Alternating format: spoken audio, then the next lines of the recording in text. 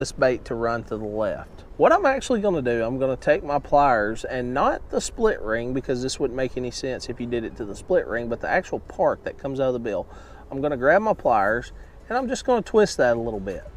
I'm basically going to turn the nose of it to the right, you know, just a couple centimeters. And what that's going to do is, when I reel this bait, that split ring is now going to face to the right side of that crankbait. And as I'm reeling it, this bait will actually, it's going to run straight, but it's going to run off to the left. So if I need this bait, let's say I'm throwing, you know, kind of close to those post docks, but I need that bait to kind of travel a couple feet over to my left, then bending that right there and turning that the nose of that crankbait basically is what you're doing. You're basically going to make it pull off to the side as you go to reel it.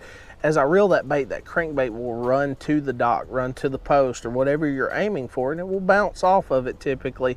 And a lot of times this time of year, especially when we had them cold fronts push through, these fish like to push up against stuff. I mean, like right up against it. If you don't get that spinnerbait right next to the pole, or bounce it off the pole, or that buzzbait touch it, or whatever the case may be, a lot of times you just don't get bit. There may be a fish there. You may have to make 5 or 6 casts to even get it to move. So, you know, a lot of times doing that, getting it right on the first cast, you'll just typically catch a lot more fish.